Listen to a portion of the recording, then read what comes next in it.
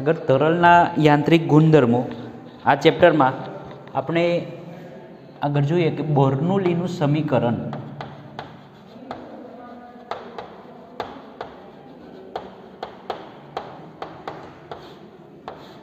आ most IMP question है कि बर्नौलीनुं समीकरण। तो आ कोईक आपणे वहन नળી धारो कि आ रीते कोईक वहन नળી દોરી છે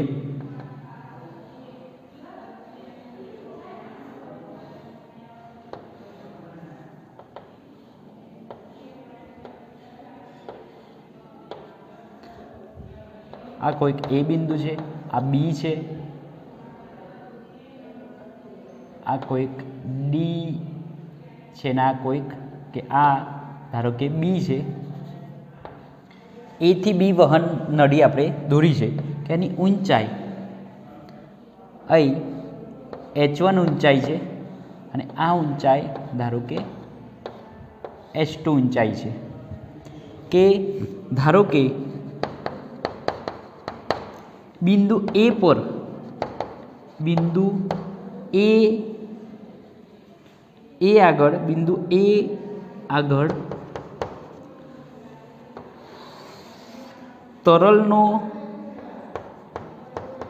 तरलनो वेग धारो के वीए छे तेमज बळ F1 छे।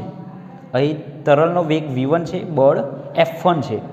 તો દબાણ શું થાય?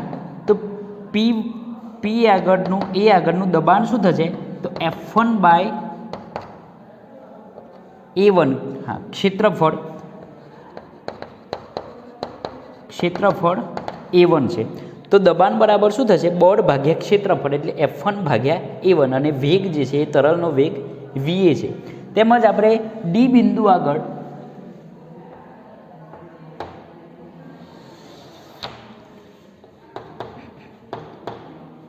બિંદુ ડી આગળ ક્ષેત્રફળ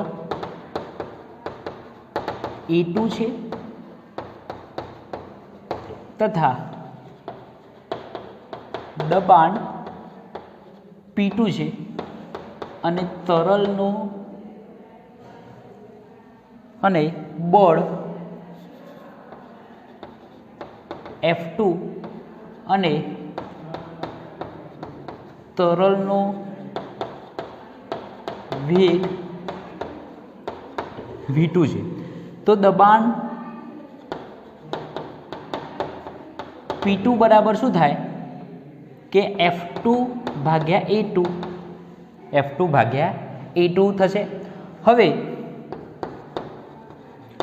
આ બી એ આગળથી એ થી v1 વેગથી ડેલ્ટા ટી સમયમાં તરલ અહીં C પર પહોંચે છે। હવે ડેલ્ટા ટી સમયમાં તરલ v એ વેગથી એ થી C પર જાય છે તેમજ ડી બિંદુથી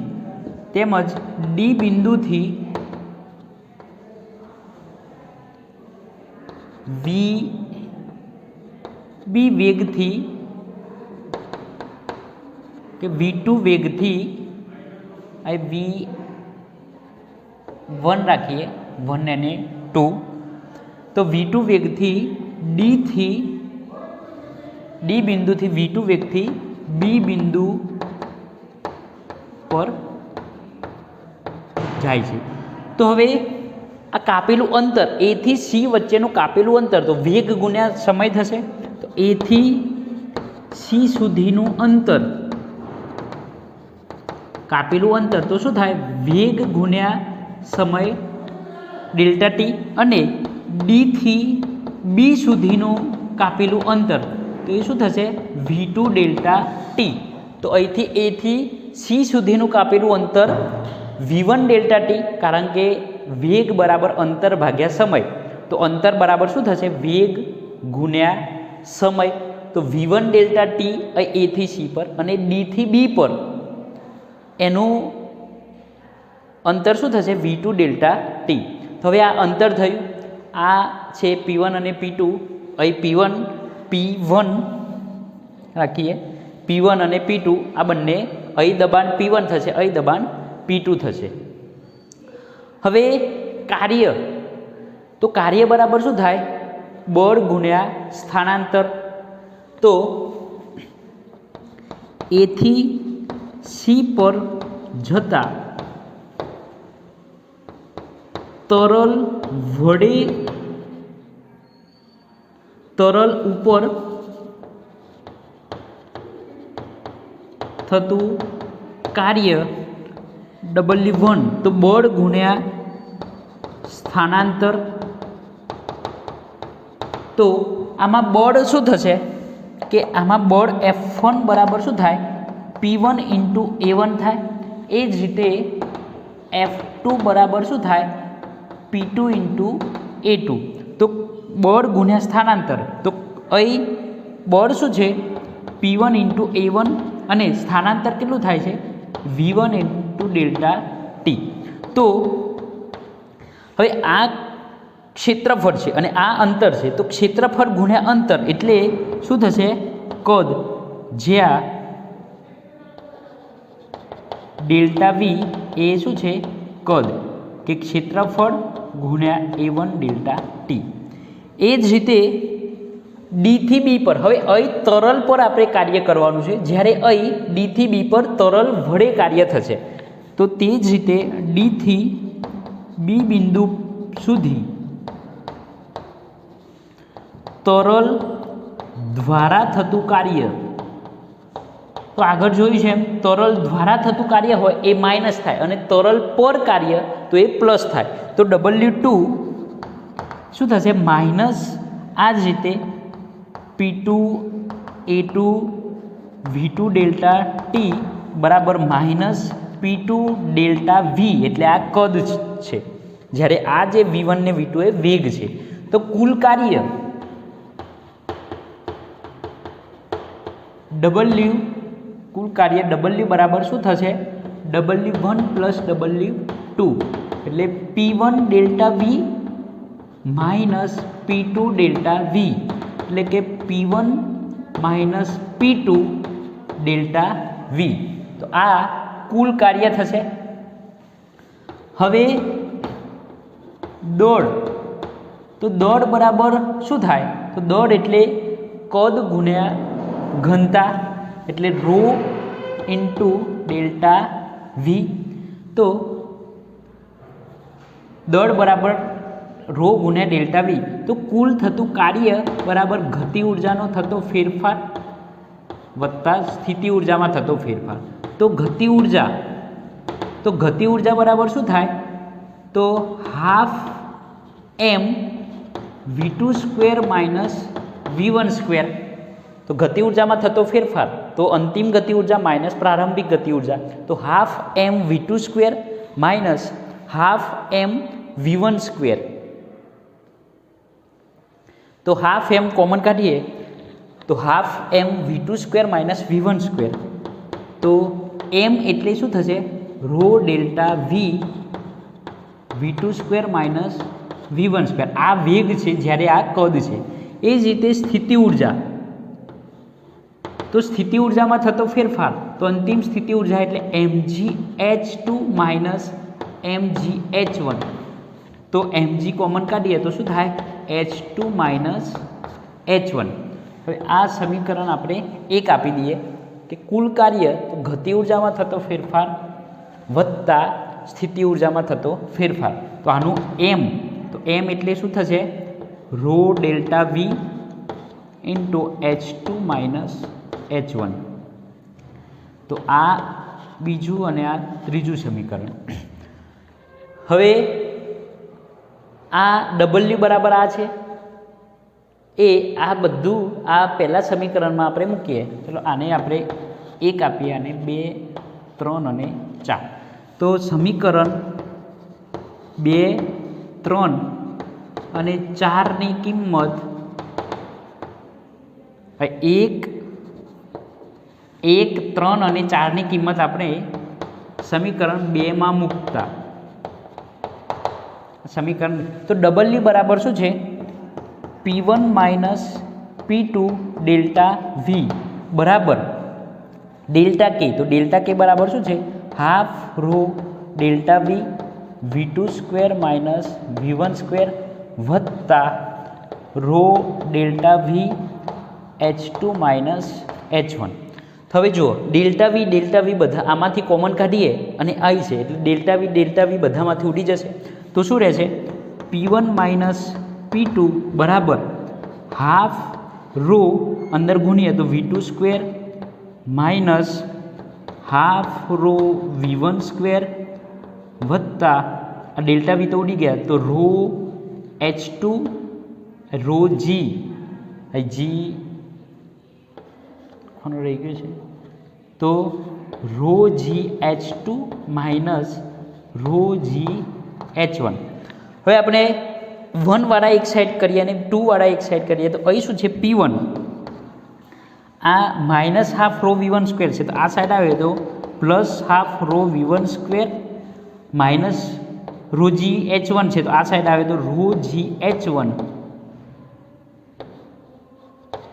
બરાબર P2 માઇનસ છે તો આ સાઈડ આવશે તો plus P2 plus half rho V2 square plus rho g H2 એટલે કે P1 plus half rho V1 square plus rho g H1 બરાબર P2 plus half rho V2 square plus rho g H2 એટલે કે P plus half rho V square plus rho g H બરાબર અચળ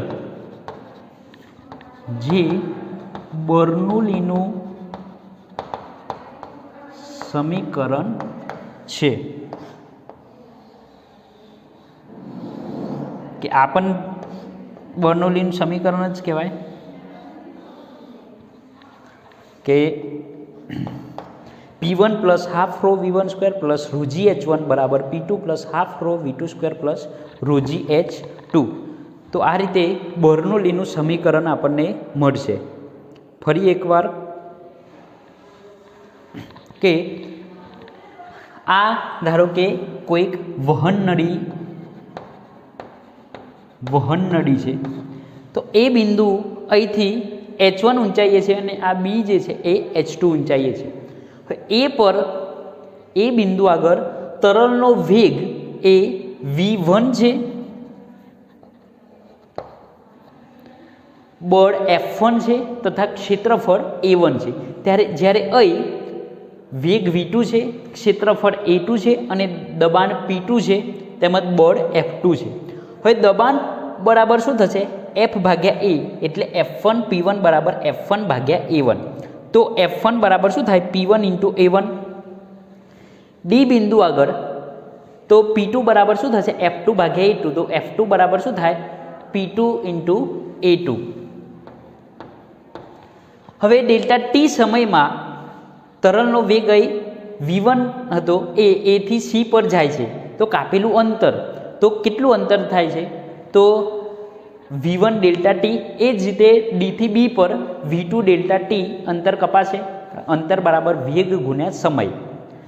હવે એ થી C પર જતાં તરલ ઉપર કાર્ય કરવાનું હોય છે એટલે પ્લસ થશે. તો કાર્ય એટલે શું થાય બળ ગુણ્યા સ્થાનાંતર. તો બળ એટલે P1 A1 અને સ્થાનાંતર એટલે V1 ડેલ્ટા ટી. એટલે આ જે શું થશે કદ એટલે P1 ડેલ્ટા V.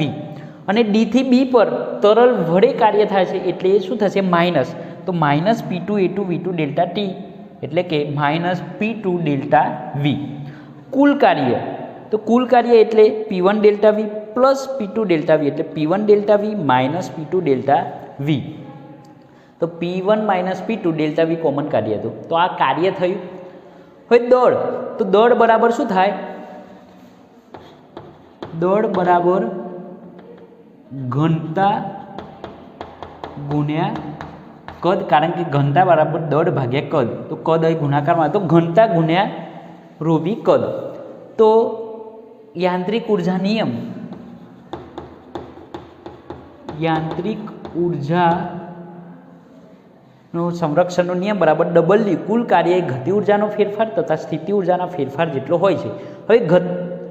હવે ગતિ ઉર્જામાં થતો ફેરફાર તો અંતિમ ગતિ ઉર્જા એટલે half m V2 square minus half m V1 square. તો હાફ એમ કોમન કાઢીએ તો half m V2 square minus V1 square ને એમ એટલે રો ડેલ્ટા V. એ જ રીતે સ્થિતિ ઉર્જા એટલે mgh2 માઇનસ mgh1 તો mgh2 માઇનસ h1 તો એમ એટલે row delta V gh2 minus h1. હવે આ બધા સમીકરણ આમાં મૂકી દઈએ. રો V આમાંથી કોમન નીકળશે એટલે રો V ઉડી જશે. તો P1 માઇનસ P2 બરાબર આ થશે એટલે 1 વાળા એક સાઈડ અને 2 વાળા એક સાઈડ. તો P1 plus half rho V1 square plus rho gh1 બરાબર P2 plus half rho V2 square plus rho gh2.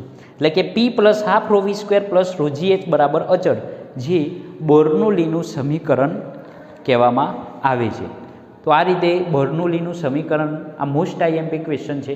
તો આ રીતે બર્નોલીનું સમીકરણ આપણે મેળવ્યું.